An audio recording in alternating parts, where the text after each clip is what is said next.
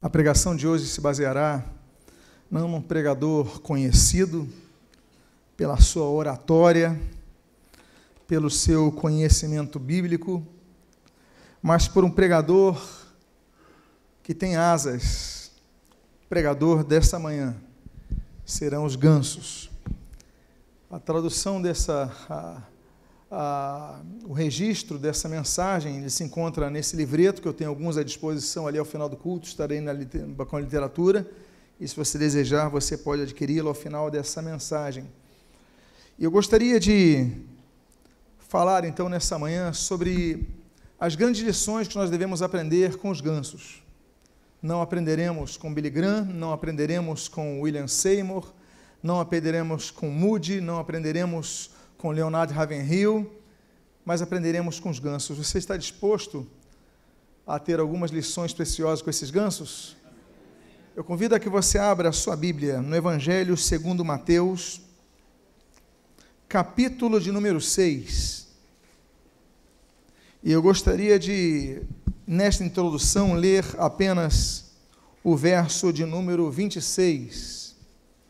Mateus, capítulo 6, versículo 26, o Senhor Jesus assim nos diz: observai as aves do céu, não semeiam, não colhem, nem ajuntam em celeiros, contudo, vosso Pai celeste as sustenta.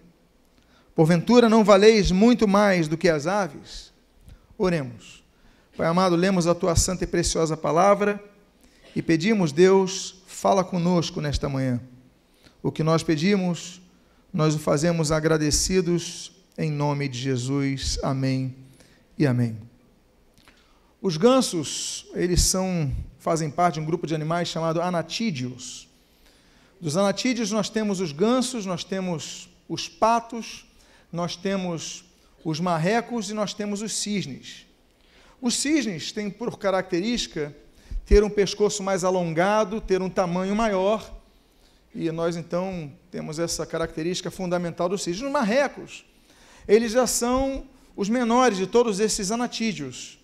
Eles são menores, mas eles também são os mais velozes, eles vão com muita rapidez. Os patos, eles têm por diferença um tamanho mediano, mas ele tem, por exemplo, uma crista, que diferencia ele de outros anatídeos, é a crista que ele tem sobre seus bicos. Mas os gansos, eles têm uma característica diferente desses três outros, porque os gansos, eles são como os bois, eles são herbívoros, eles não são seres que ficam comendo os peixes, por exemplo, eles pastam, os gansos, eles pastam, os gansos, eles vivem mais na terra, os cisnes, os gansos, eles vivem mais na terra. Até você pode notar que as patas deles já são mais preparadas para ficar na terra e ficam comendo grama, comendo capim. Os gansos, eles são animais que têm uma duração de vida, para o termo de aves, uma longa, são 10 anos de vida na média dos gansos, e as gansas, elas costumam colocar a cada 2 dias um ovo, claro que depende da sua espécie. Existem gansos em todos os continentes, com exceção da Antártica, e aí nós temos 147 categorias diferentes de gansos. Apesar disso, os gansos têm algumas atitudes que devem ser emuladas pela igreja. São 5 lições que eu gostaria de compartilhar com os irmãos, que nós devemos aprender com os pregadores desta manhã. E a primeira das lições é a que você pode ler na tela. Quando um ganso bate as asas, cria um vácuo para o pássaro seguinte, voando numa formação em V, e o bando inteiro, então, tem o seu desempenho 71% melhor do que se a ave voasse sozinha. Quantos aqui já viram uma formação de gansos no céu, quando eles voam em formação de V? Essa formação de V, ela permite que eles economizem energia através do vácuo que o que está na frente vai criando para os demais. Então, eles conseguem ter um desempenho 71% melhor, eles consomem menos energia. E com isso, então, se a ave for voar sozinha, ela gasta muito mais energia do que se ela voasse em bando. E a primeira lição que nós aprendemos com os gansos é a lição da unidade, a necessidade que nós temos de ter em relação à unidade da igreja. O Salmo 133, no Salmo 133, versículo 1, o autor sagrado nos ensina, como é bom e agradável viverem unidos os irmãos. Não está falando de viverem juntos, mas está falando de viverem unidos.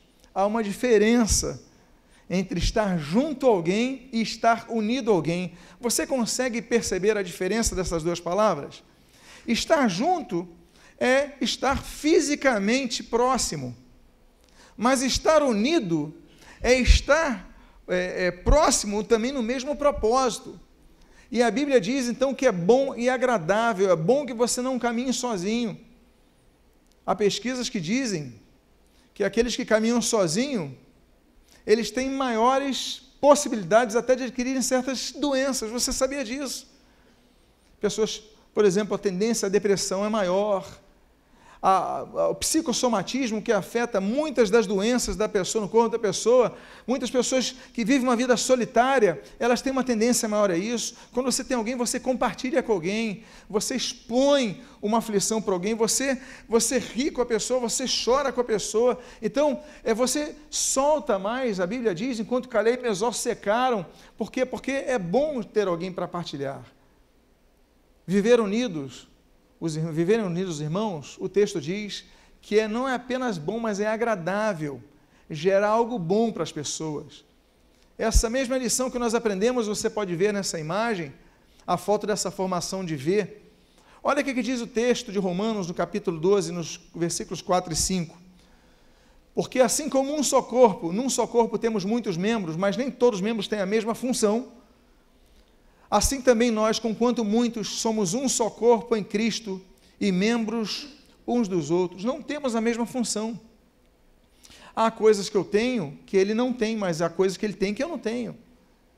Há coisas que ela tem, que ele tem, que ela tem, que ele tem, que eu não tenho. E nós então vamos nos unindo, vamos nos juntando. É como numa orquestra. A orquestra é bonita, bonito ter um violinista tocando sozinho, um oboeísta tocando sozinho, um violoncelista tocando sozinho, mas quando eles se unem, fica uma música mais bonita, fica uma música mais completa, porque cada um tem uma função. Então se faz algo mais amplo, que nem um jogo de futebol. Um é bom no gol, o outro é bom no ataque, outro é bom na defesa, outro é bom no meio campo. Quando eles se juntam, eles começam então a se organizar, eles ficam mais completos. Assim a igreja. A igreja não é uma pessoa sozinha, até porque o termo igreja em grego é eclesia. Eclesia é assembleia. Não existe assembleia de uma pessoa. A assembleia é o coletivo de pessoas que se unem com propósito. A igreja tem um que está na cabeça, sim, mas todos estão, e ele é interdependente com os outros, ele depende dos outros. Todos dependemos uns dos outros. Então a Bíblia diz, olha, somos muitos, mas somos um só corpo, porque na igreja um é braço, na igreja um é mão, na igreja um é perna, na igreja um é orelha, todos têm função. Agora imagine você que é um dedo, se você não está inserido na mão, você não consegue fazer nada. Imagina que você seja a palma de uma mão, mas se você não estiver no braço, você não consegue fazer nada.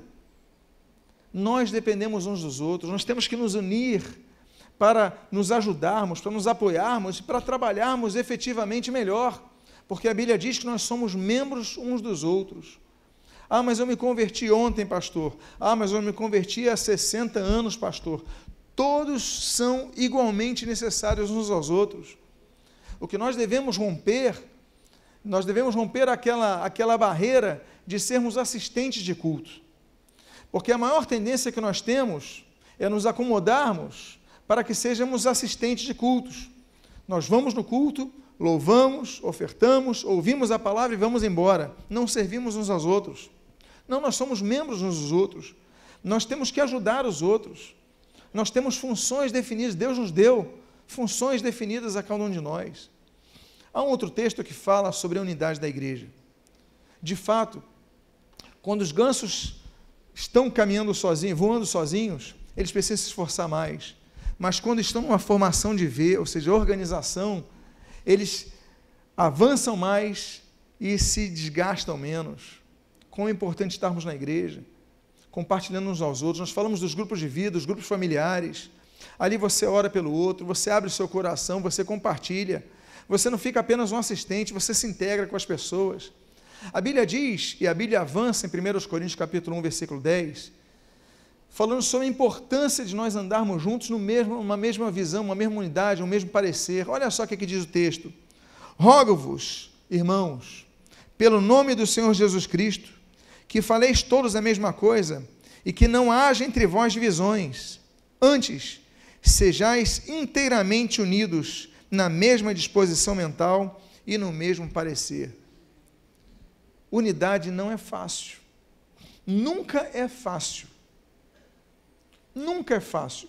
Se você precisa trabalhar em unidade de alguém que não é pago para ter essa unidade, é muito difícil. Porque se você tem funcionários, olha, eu quero que você chegue a tal hora, e tal hora seja você venda isso, e tal hora você faz serviço, a pessoa está recebendo, ela vai obedecer, vai fazer. Agora, se for voluntário, eu vou se quero, eu vou a hora que quero, é muito mais difícil. É difícil manter unidade na própria casa, na própria família, na igreja, no trabalho, em todas as áreas. É difícil, tem que haver abnegação, tem que haver humildade, tem que haver disposição para que estejamos unidos, para que com a mesma disposição mental, eu acho o termo disposição muito interessante, porque disposição mental é um esforço. Eu vou me dispor a estar unido, eu vou me dispor a estar no mesmo parecer. Não é isso? É disposição, ter disposição. Você tem que ter disposição para caminhar na unidade, porque caminhar na unidade é difícil. A igreja tem que caminhar unida, mas é muito difícil. Qualquer coisa as pessoas desanimam, qualquer coisa as pessoas saem. O pastor mudou a caixa de som de lugar, vou sair da igreja. O diácono falou para fazer, eu vou sair da igreja. Qualquer coisa as pessoas mudam, porque não tem a mesma disposição, mas é um mandamento bíblico. Ter a mesma disposição. Nós temos que ter disposição, meus amados, para andarmos unidos. É um esforço que nós devemos fazer, por quê? Porque a acomodação é um mosquitinho que nos pica. É um mosquitinho da acomodação. Ele não transmite dengue, ele não transmite chikungunya, ele transmite a acomodação. Quando ele pica, você fala, não vou me envolver com nada, não vou me envolver com ninguém, e é muito difícil quando nós entramos nesse processo. Então a Bíblia exige, olha, você tem que ter disposição mental, tem que colocar na tua cabeça, eu vou andar unido com meus irmãos, eu vou andar unido no ministério, eu vou andar unido na função, eu estou no louvor, eu vou andar unido com a direção do louvor, eu estou na escola bíblica, eu vou andar unido com a escola bíblica, eu estou com o ensino das crianças, vou andar unido com a liderança das crianças. Nós temos que ter disposição, tem que fazer força. Há um outro texto que diz, o mesmo apóstolo Paulo, aí combinando com o esforço desses gansos, ele diz em Efésios capítulo 4, versículo 1, o seguinte: rogo-vos, pois, eu, Paulo, o prisioneiro do Senhor, que andeis de modo digno da vocação a que fostes chamados, com toda o quê? Humildade e mansidão. É difícil se submeter a alguém se você não for humilde. É difícil. Você vai dizer, não, eu acho diferente e pronto. Imagina um exército que vai à guerra. Se cada um pensar em uma direção, eu prefiro por ali, não, eu acho que é ali, não, prefiro. Se ninguém estiver disposto a ir numa mesma direção, não há agrupamento. Todos vão morrer, vão ser presas fáceis. Quando nós estamos unidos, é muito mais fácil nós avançarmos, ter força.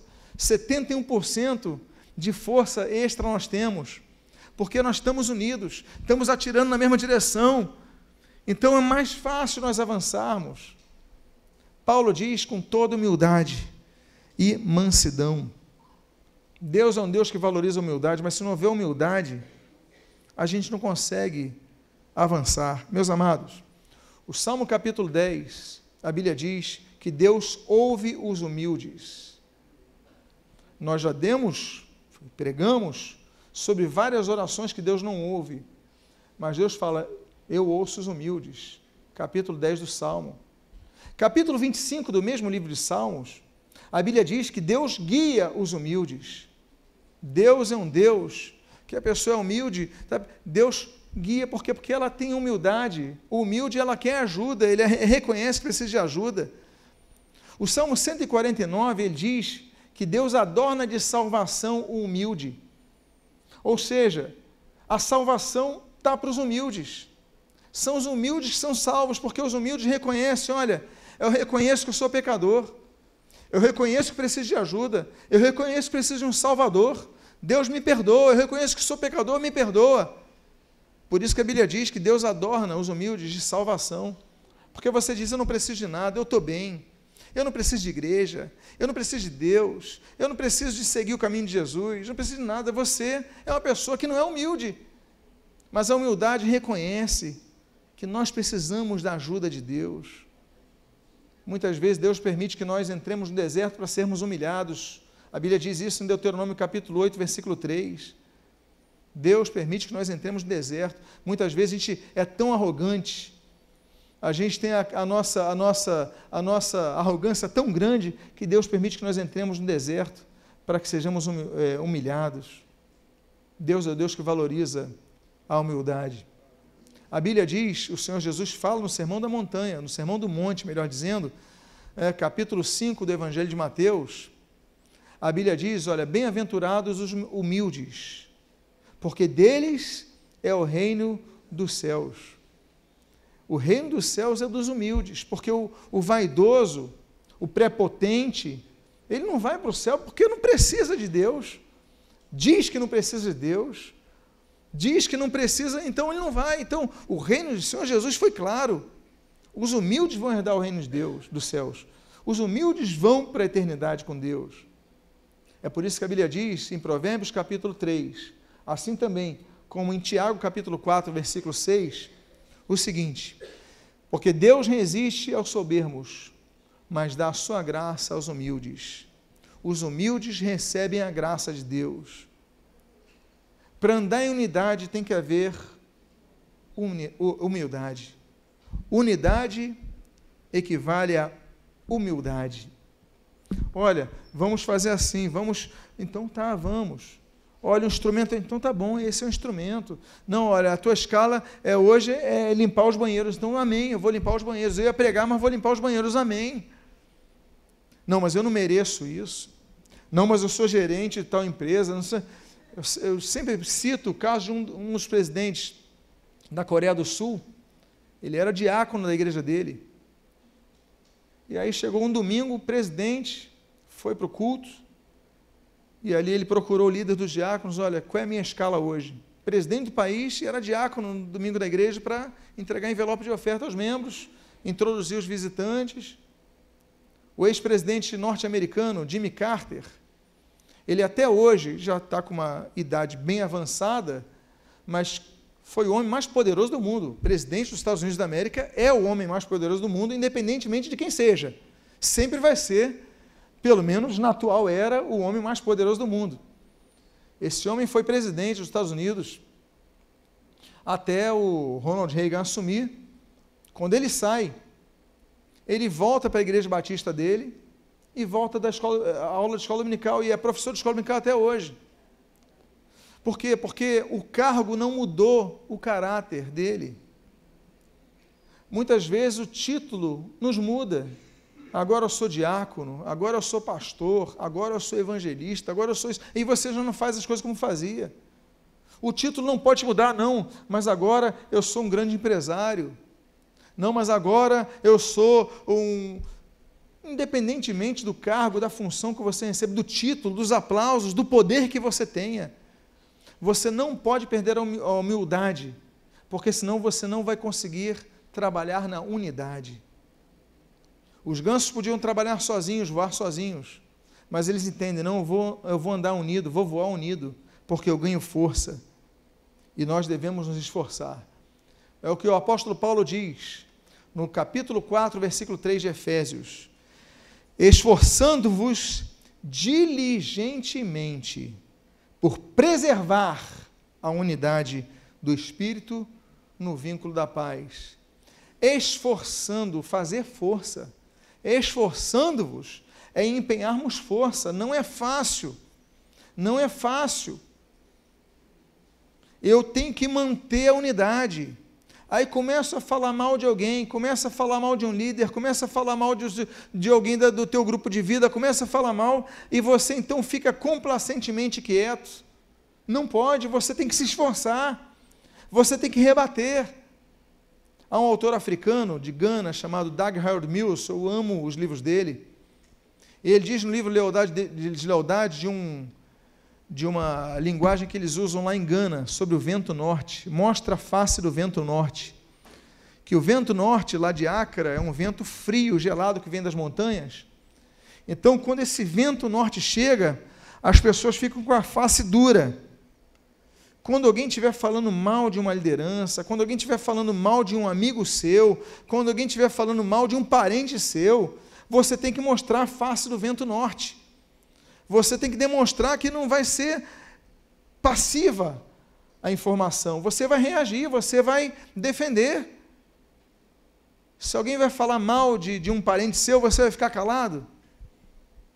Então nós não podemos. Nós temos que nos esforçar, diz o texto, esforçando-vos diligentemente para preservar a unidade do Espírito no vínculo da paz. É diligentemente. Você tem que fazer isso daí uma regra. Tem que haver uma perseverança nisso. Tem que haver uma atitude constante, com diligência, com zelo, com preocupação, com esmero. Diligentemente é preservar a unidade. Ninguém vai quebrar a unidade. Então não deixe que quebre a unidade da tua igreja. Luta pela unidade da tua igreja. Não se cale, lute. Porque muitas vezes tem muita gente que é fofoqueira e usa uma máscara espiritual para esconder a sua fofoca. A pessoa chega com aquela linguagem espiritual da oração. Olha, meu irmão, minha irmã, nós precisamos orar por fulano. Por quê? Ah, você não soube, não? Ou seja, você usa de um argumento verdadeiro, oração, precisamos orar por fulano, mas o seu objetivo é soltar a língua. Então, na verdade, você não está preocupado em orar pela pessoa, você está preocupado em falar mal da pessoa. Só que você está na igreja e você mascara isso, dizendo que quer orar, quer oração. Precisamos orar.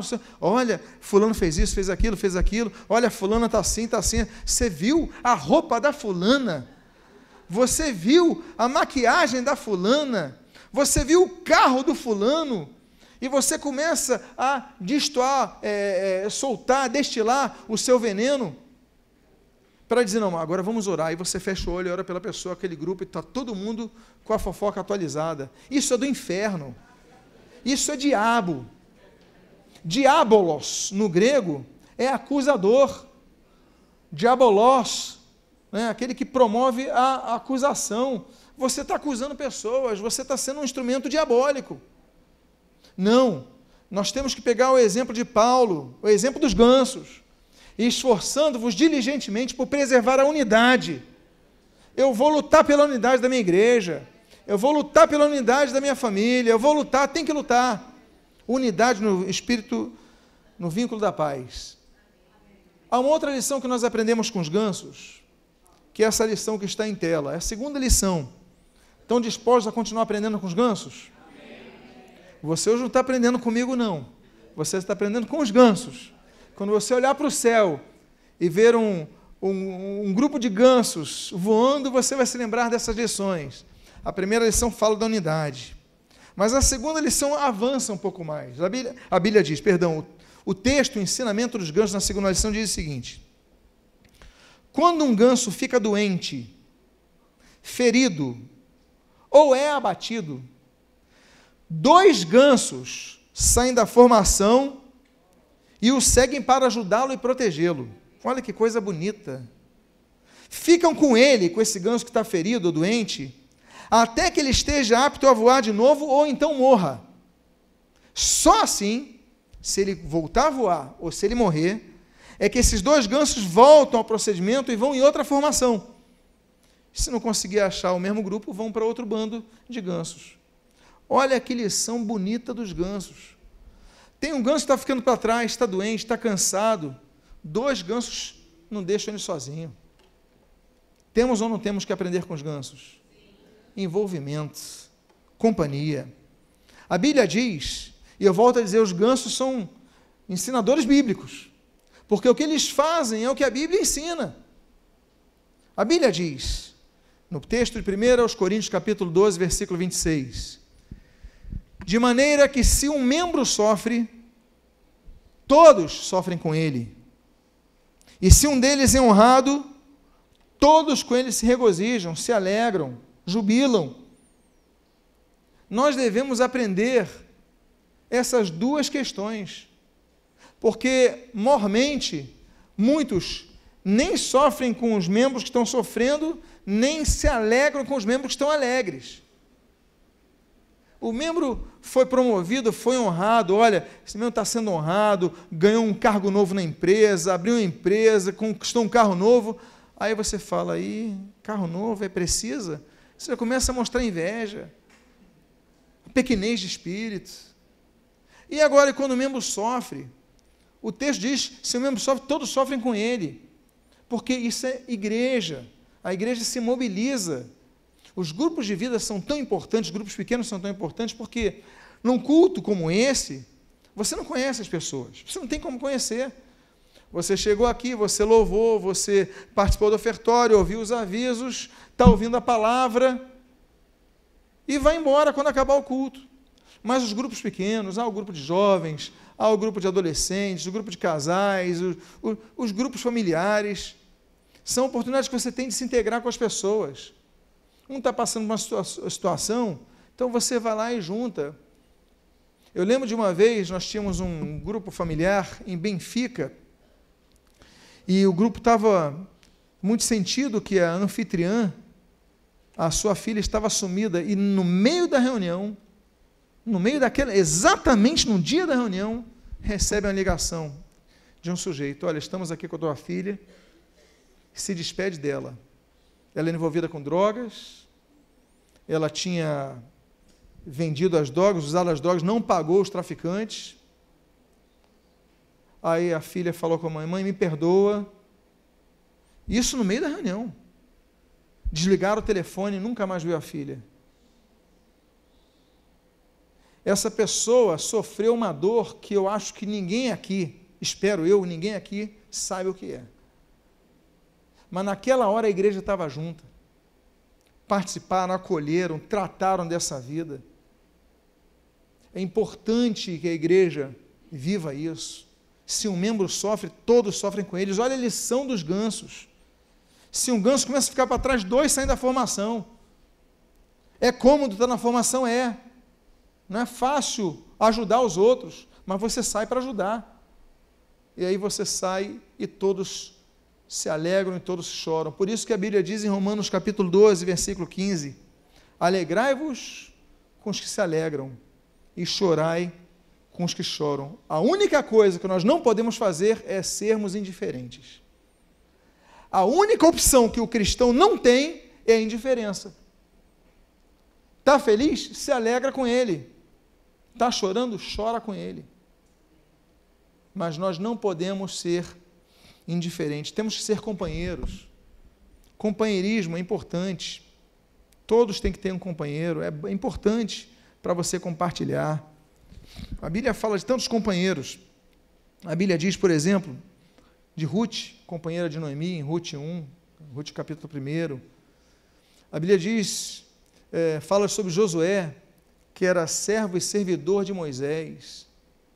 A Bíblia fala de Tito, que era companheiro e cooperador, em 2 Coríntios capítulo 8. A Bíblia fala de Epafrodito, em Filipenses capítulo 4, companheiro de lutas, de batalha. A Bíblia fala de Timóteo, a Bíblia fala de tantos outros. Eu gosto muito daquele Salmo 119, quando fala que nós somos companheiros daqueles que temem ao Senhor. Nós devemos fazer companhia com os que temem ao Senhor. Companheiro sou de todos aqueles que te temem. Por quê? Porque nós somos companheiros de pessoas que não conhecem o Senhor. Nosso trabalho, nos envolvemos com pessoas que não temem ao Senhor, que não conhecem a Bíblia, por isso perseguem o Evangelho, fazem chacota do Evangelho, criticam o Evangelho e só pegam os escândalos e os podres para falar. Ou seja, 90% ou mais de tudo de bom não falam, só falam dos escândalos, dos exageros, das pessoas que são falsas cristãs, falsos pastores, falsos profetas. Aí levantam e amplificam. Agora não falam o que é Evangelho. Não trabalham porque não conhecem a Cristo, porque não conhecem a palavra, falam bobagens. Não estudam. Companheiros sou dos que te temem, ou seja, eu vou buscar companheiros que te temem. Por quê? Porque você passa segunda, terça, quarta, quinta, sexta, sábado, cercado de pessoas que conhecem a Cristo. Aí chega domingo, você vem na igreja. Não, procura fazer companhia, procura se envolver mais na igreja, mais nos grupos, mais na juventude, mais nos grupos de mulheres, nas reuniões. Procura se envolver daqueles e faça isso. Os companheiros são dos que te temem, te amam. Procura ter companhia com eles, porque a companhia com os outros você não tem como não ter. É o teu trabalho, é o teu estudo, é a tua família, não tem como. Então você tem que buscar aquela pessoa que compreende você, aquela pessoa que tem a luz do Evangelho, aquela pessoa que visa praticar a palavra. Você tem que buscar isso. A terceira lição que nós aprendemos com os gansos. A primeira lição fala sobre a unidade. A segunda lição fala sobre o envolvimento. A terceira lição, ela fala com uma fase mais profunda desse envolvimento, que é a que nós lemos aqui na terceira lição. Sempre que um ganso sai da formação, sente subitamente a resistência por tentar voar sozinho e rapidamente volta para a formação, aproveitando a aspiração da ave imediatamente à sua frente. Quando ele tenta voar sozinho, olha, a primeira fase é que nem do filho pródigo. O filho pródigo, ele sai de casa, leva o dinheiro da sua herança de maneira antecipada e gasta tudo. Tem festas, tem amigos, tem sorriso, tem alegria, tem tanta coisa que o mundo oferece. É sempre maravilhoso, aí você se livrou da pressão do pai, se livra da igreja, a santificação, Bíblia, oração, eu vou curtir esse mundo.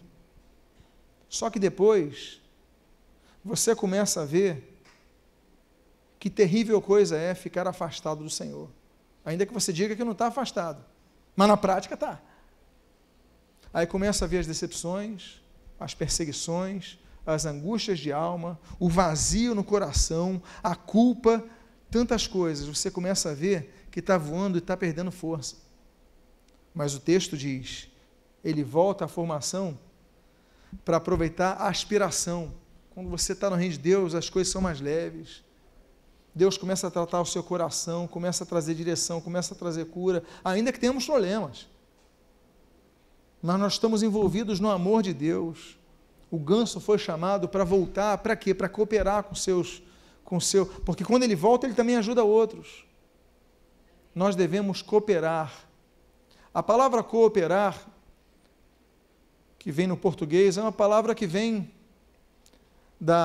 do latim, né? Cooperar e operar conjuntamente, que é aquela, eu já citei esse exemplo, que tinha nos navios romanos, do Império Romano, que eram operados nas galéias, que eram cooperadas com escravos. Então havia, ali onde ficavam os escravos com remo, havia um homem chamado operador. O operador era uma pessoa que tinha um tambor. E os escravos que tinham junto ao remo uma cadeia, uma algema, eles eram chamados de cooperadores. Por que eles eram cooperadores? Porque o operador, ele batia o tambor, pum, eles remavam. Ele batia de novo, pum, eles remavam.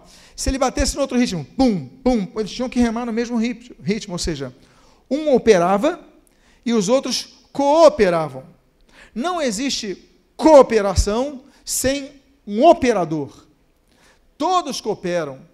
Os gansos, quando estão viajando, voando, eles estão cooperando uns com os outros. Nós devemos ser cooperadores. A Bíblia diz, nós somos, 1 Coríntios capítulo 3, somos cooperadores de Deus, lavoura de Deus e edifício de Deus somos nós. O apóstolo Paulo fala em 1 Coríntios capítulo 9, que olha, eu quero fazer tudo para o Evangelho para que eu me torne cooperador dele. O apóstolo Paulo teve vários cooperadores. Nós temos, Paulo fala que eram meus cooperadores, olha, Aristarco, ele fala de Demas, que abandonou pelo presente século. Ele fala de Clemente, inclusive Clemente ele tem uma expressão interessante, cujo nome está escrito no livro da vida. Ele fala de Epafrodito, o meu cooperador. Ele fala de Priscila e Áquila, meus cooperadores. Ele fala de Lucas, meu cooperador. Ele fala de Timóteo, meu cooperador. Ele fala de Tito, meu cooperador. E ele fala de Urbano, meu cooperador. Porque Paulo, que fez uma grande obra, nós conhecemos Paulo como apóstolo dos gentios, Paulo que é o homem que mais leva o evangelho para o mundo inteiro. Ele tira o evangelho daquela circunscrição da Judéia e ele leva o evangelho para a Europa. Paulo avança com o evangelho, mas ele não trabalhou sozinho. Paulo tinha seus cooperadores, e nós devemos ser cooperadores uns dos outros, nós devemos cooperar. O ganso, então, ele entende que é importante que ele esteja congregado. Diz o texto de Atos capítulo 2, versículo 1, ao cumprir-se o dia do Pentecostes, estavam todos, cada um em sua casa. É isso que diz o texto? Não. Estavam todos o quê? Reunidos no mesmo lugar. Ué, não havia perseguição contra Jesus? 50 dias antes, era a Páscoa, a ocasião que Jesus foi preso. 50 dias depois mudou o ambiente, a perseguição continuava. Mas estavam todos, por isso que Pentecostes tem esse nome, Penteconta, né, 50º dia depois da Páscoa. Então, eles estão reunidos no Pentecostes, no mesmo local, eles estavam reunidos, estavam arriscando suas cabeças. Por quê? Porque é necessário que a igreja congregue, é necessário que o cristão congregue. Eu não preciso de igreja, eu vou na igreja quando me dá vontade. Não, é necessário que você ouça a palavra, é necessário que você seja alertado pela palavra, é necessário que você louve em conjunto com, mas Deus ouve meu louvor, aí eu leio a palavra sozinho em casa. Não é a mesma coisa, porque a Bíblia fala de nos congregarmos, não podemos deixar de fazê-lo. E a Bíblia diz que a igreja manteve esse costume, e eu vou dizer mais, para quem conhece o mínimo de história, sabe que a igreja primitiva, ela tinha que se reunir escondida. Então, ali em Jerusalém, eles, por exemplo, estavam naquele cenáculo.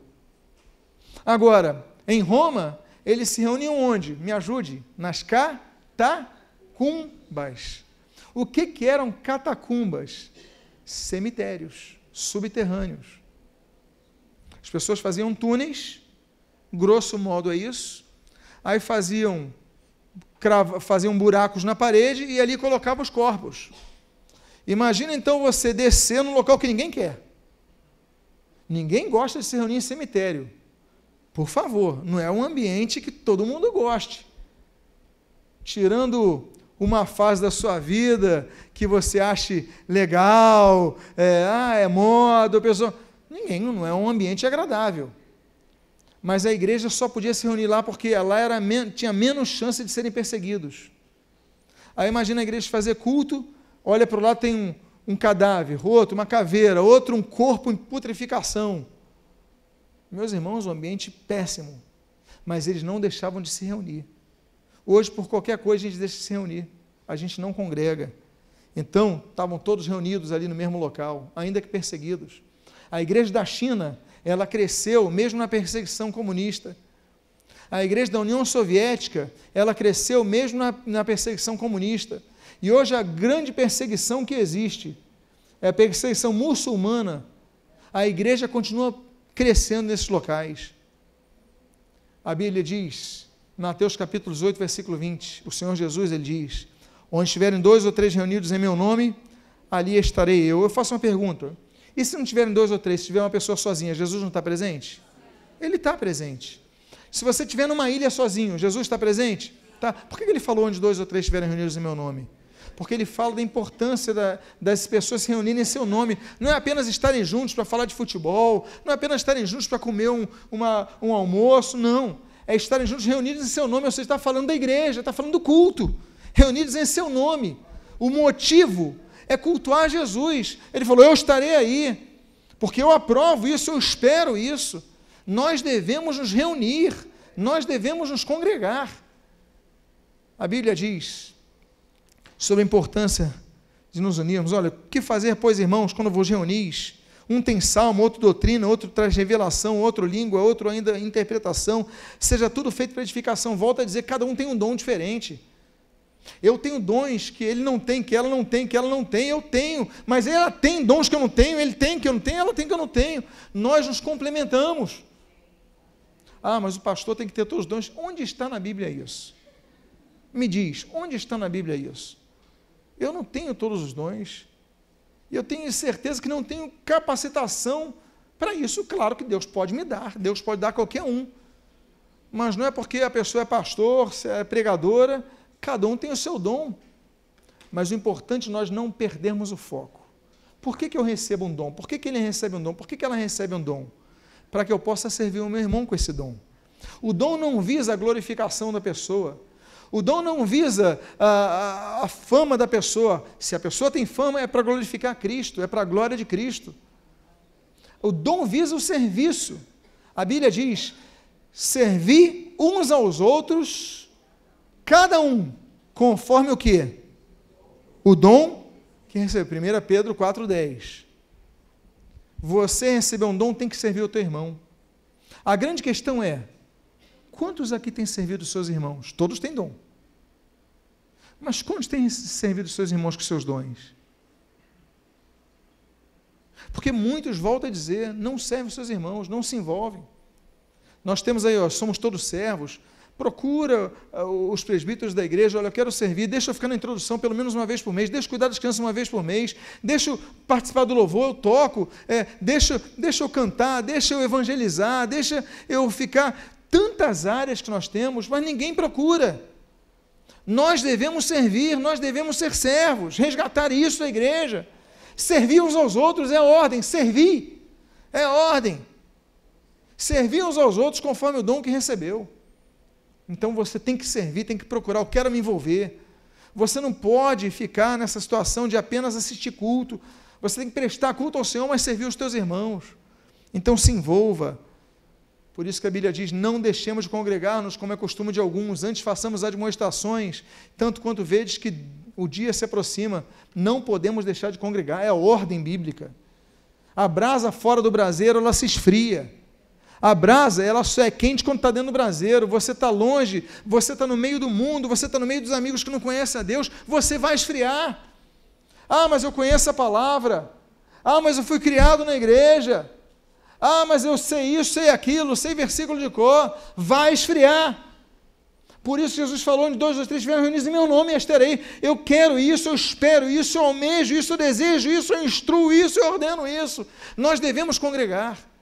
E a Bíblia diz claramente nesse texto de Hebreus, capítulo 10, não deixemos de congregar, como é costume de alguns, porque na igreja primitiva alguns deixaram de congregar. Não podemos, a brasa vai esfriar. Por isso que a Bíblia é tão clara sobre isso, e eu digo até contundente, como no texto de 1 João, capítulo 1, versículo 7. Se, porém, andarmos na luz, como ele está na luz, o que diz o texto? Mantemos comunhão uns com os outros, e a continuação diz, e o sangue de Jesus nos purifica de todo pecado. Só quem está na luz mantém comunhão. Se você deixa de manter comunhão, é porque essa luz está apagando.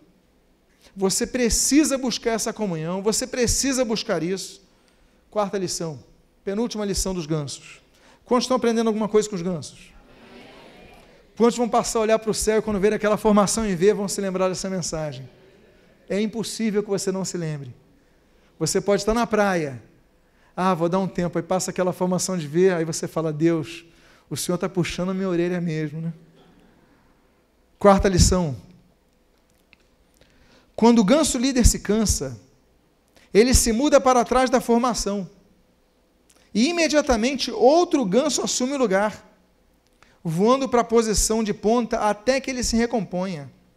Meus amados, o ganso líder, ele tem alguma configuração de sua estrutura física diferente dos demais gansos? Ele tem 2 asas, não tem? 2 patas, um bico, 2 olhos, não é isso? Ele não tem nada diferente. Mas ele é o líder. Só que tem uma hora que ele cansa. Líder cansa. Líder fica triste. Líder se decepciona. Líder se entristece. Líder é como pessoas normais. Há líderes que querem se apresentar nas suas igrejas como se fossem sobrenaturais, como se fossem uma espécie de anjo, como se fossem pessoas completamente fora do padrão humano. Não, são iguais.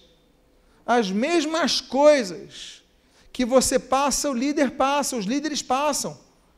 Por isso eles precisam de amor, compreensão e intercessão. Agora, olha que coisa bonita que nós vemos com os gansos. O líder, ele fica na ponta, puxando aquele V, aquela formação em V. Uma hora ele vai cansar. Por quê? Porque quem está na ponta, ele está quebrando o atrito do ar. Não é isso? Então, ele está se esforçando mais que os que estão no meio, que eles estão no vácuo. Ele vai cansar. Quando ele cansa, ele vai voltando algumas posições, aí alguém vai e assume. E o grupo continua, e a igreja continua. Eu volto a dizer, a igreja não pode depender do carisma de um pastor. Essa igreja não existe por causa do pastor que tem, não. Essa igreja existe por causa de Jesus. Porque o pastor, hoje sou eu, amanhã pode ser outro, ontem foi outro, muda, mas a igreja é de Jesus. Somos apenas servos. Temos uma função, temos responsabilidades. Pagamos o preço por isso, mas uma hora vem outro. O que importa é que a igreja não pare, é que o bando não siga a sua ida. O grupo de vida tem que continuar, a juventude tem que continuar, os músicos têm que continuar, o evangelismo tem que continuar, a EBD tem que continuar, as crianças têm que continuar, a pregação tem que continuar, nada pode parar. E se alguém não está, tem que seguir, outro vai na frente. A igreja não pode parar. O ganso líder se cansa, outro substitui, até que ele repõe as forças. Tem hora que ele repôs a força, olha, já vou para frente de novo, e vai para frente de novo. E volta, porque a igreja é isso. A igreja é todo mundo, olha, poxa, meu líder está na frente, deixa que eu te cubro hoje. Eu estou cansado demais para estar ali na recepção, deixa que eu te cubro. Poxa, não tem condição de dar aula, deixa que eu te cubro. Isso que é o bonito dos gansos. Se a igreja aprendesse um pouco com os gansos, nós estaríamos muito bem. Os gansos dão uma aula para a gente. A gente vê algo na Bíblia assim, em Êxodo capítulo 17, versículo 12 e 13, o seguinte. Ora, as mãos de Moisés eram pesadas, por isso tomaram uma pedra e a puseram por baixo dele, e ele nela se assentou. Arão e Hur sustentavam-lhe as mãos, um de um lado, o outro do outro, e assim ficaram firmes, as mãos firmes, até o pôr do sol, e Josué desbaratou Amaleque e seu povo ao fio de espada. Olha que bonito. Moisés tinha que levantar seus braços, enquanto ele levantava seus braços, Israel tinha vitória. Quando ele descia os seus braços, aí os amalequitas avançavam. Então, o que Arão e Hur fez? Poxa, Moisés é idoso. O homem é muito idoso, está cansado. Aí Arão falou, vamos fazer o seguinte, vamos levantar o braço dele. E ajudaram, e botaram uma pedra, apoiaram o braço, e só assim Moisés pode exercer o seu ministério. O pastor tem um papel fundamental na igreja, mas ele depende de cada um, a começar com as suas orações. Todos temos função na igreja, mas nós devemos nos envolver, e não só pastores que exercem liderança. Exerce liderança de juventude? Conta comigo, de fato. Exerce liderança de louvor? Conta comigo, de fato. A liderança na EBD conta comigo de fato. Precisamos de apoiadores, porque uma hora eles vão cansar e você vai ajudar. Você está disposto a ajudar ou você só quer ser ajudado? E aquilo de Jesus falar que não veio para ser servido, mas para servir. Nós devemos ser servos uns dos outros. E a última lição. Eu espero que você já tenha aprendido muito com as 4 lições. Mas vamos à última lição dessa manhã. Olha que coisa bonita. Os gansos, e a 5ª lição eu não copiei aqui, não tem problema não. Eu vou ler então aqui, o slide não está atualizado, ok? Esse slide é repetido da 4ª lição. Eu vou ler então a 5ª, presta atenção aqui o que eu vou dizer. Os gansos de trás, na formação, grasnam para incentivar e encorajar os da frente a que aumentem a sua velocidade. Você, quando vê a formação de V, em alguns momentos você vai ver que eles vão começar a grasnar. Quando eles começarem a grasnar, isso significa que o ritmo diminuiu. Quando o ritmo diminui, às vezes o líder não nota. As leis que estão na frente não notam, eles estão com outros problemas. Mas os de trás começam a grasnar. O ritmo está diminuindo. Vamos lá. Eu não sei se você já viu grupamentos do exército, do bombeiro, correndo nas ruas. Vocês já viram uma coisa comum que eles fazem? O que eles fazem? Eles ficam cantando. Mas o que eles cantam? Um fala e os outros repetem. E aí um dá força ao outro, um vai animando o outro. Tem um efeito psicológico nisso? Claro que tem. Mas é um agente motivador. Então eles vão lá, e tem um de trás que vai, vamos para frente. Não sei se você já viu isso no exército, mas enfim, um incentivando o outro a não parar. A corrida é isso, a vida cristã é isso, os gansos dão uma aula. Os que estão atrás estão vendo que o ritmo está diminuindo, eles grasnam. Vamos em frente. Igreja tem que ser isso.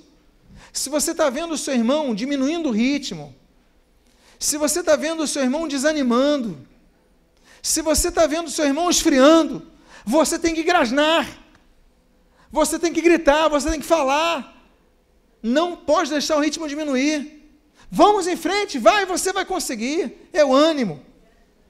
A Bíblia diz em Atos capítulo 12, versículo 5, Pedro, pois estava guardado no cárcere, estava preso, mas havia oração incessante a Deus, por parte da igreja, a favor dele. Ele estava preso, mas a igreja não deixava de orar por ele. O que eles estavam fazendo? Ainda que a distância, estavam grasnando.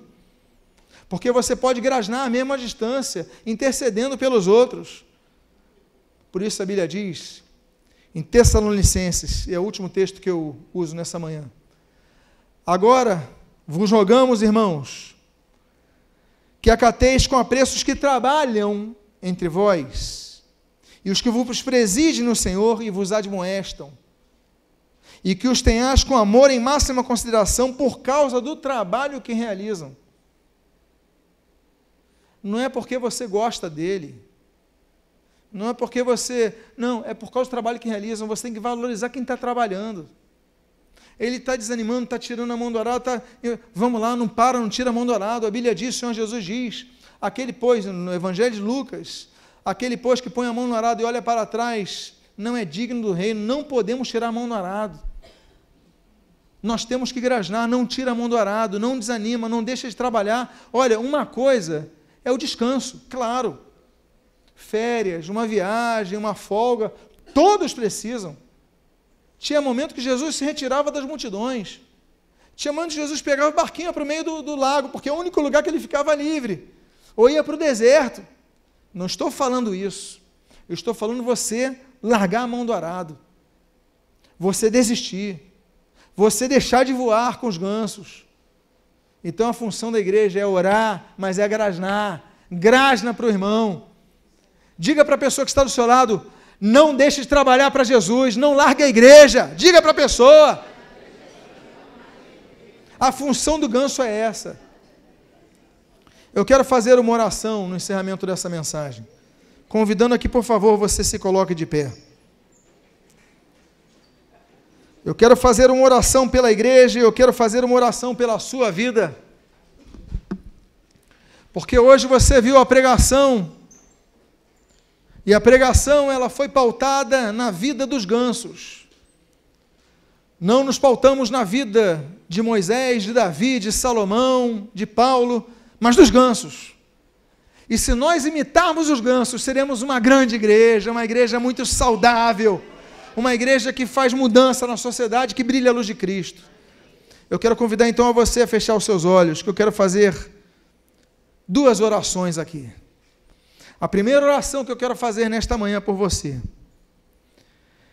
é a você que tem pensado em parar, que tem desanimado, ou mesmo que parou. Mas você foi trazido esta manhã aqui nesse local, você está vendo esse vídeo no YouTube, alguém te compartilhou esse vídeo porque você precisava ouvir essa mensagem, porque você precisa tomar uma posição diante de Deus. Eu não vou abandonar a tua igreja, eu não vou abandonar a tua obra, eu não vou abandonar o meu dom que me destes, o ministério que me outorgastes, eu não vou largar a mão no arado. Se você tem pensado ou mesmo fez, eu quero fazer essa primeira oração por sua vida, convidando a que você coloque a mão no seu coração, se você é uma dessas pessoas, que eu quero orar por você, se o Espírito Santo de Deus falou ao teu coração, você reconhece, foi trazido nesse local, para que o Espírito Santo de Deus falasse a você. Pai amado, em nome de Jesus, há pessoas com as mãos nos seus corações. Muito obrigado porque ouviram a tua palavra, foram humildes, como nós falamos aqui, para acatar a tua palavra, e nós pedimos, transforma essas vidas. Em nome de Jesus, abençoa as suas vidas, para que voltem a se envolver na obra de Deus, para que voltem a frutificar, porque fomos chamados, como diz João capítulo 15, não para produzir nada além de frutos, senão seremos cortados do ramo. Como diz Jesus em Marcos capítulo 10, na parábola da figueira, ele não veio para procurar folhas, mas frutos. Deus amado, tem misericórdia de nós, abençoa a tua igreja. Em nome de Jesus, renova o ânimo, renova a disposição de trabalharem para a tua obra, abençoa as suas vidas. Eu quero fazer uma segunda oração a você que precisa lutar mais pela unidade da sua igreja.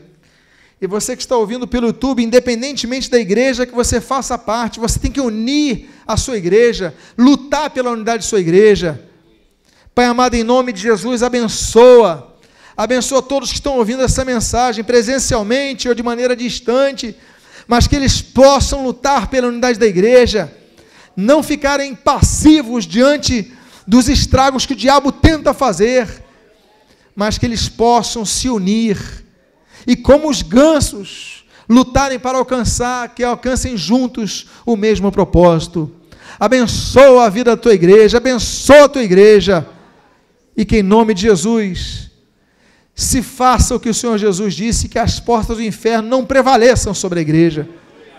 Abençoa esta igreja, abençoa a igreja de cada um que está ouvindo esta mensagem, abençoa as suas lideranças, renova as forças, não apenas dos pastores que as presidem, mas dos líderes de casais, de jovens, de música, de ensino, de crianças, de introdução, de evangelismo, de todos os setores. Renova as forças, os líderes, abençoa os líderes dos grupos de vida, abençoa cada líder, renova as suas forças, Pai, fortalece os seus braços, e que cada vez que eles possam ver um grupamento de gansos, eles possam se lembrar de sua função na igreja.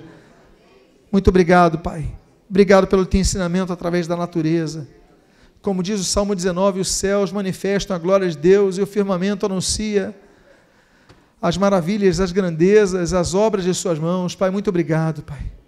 Abençoa as nossas vidas, o que nós pedimos, nós te agradecemos em nome de Jesus. Amém e amém. Ainda de pé, eu convido aqui o pastor Ronald Moreira, que vai nos despedir em oração.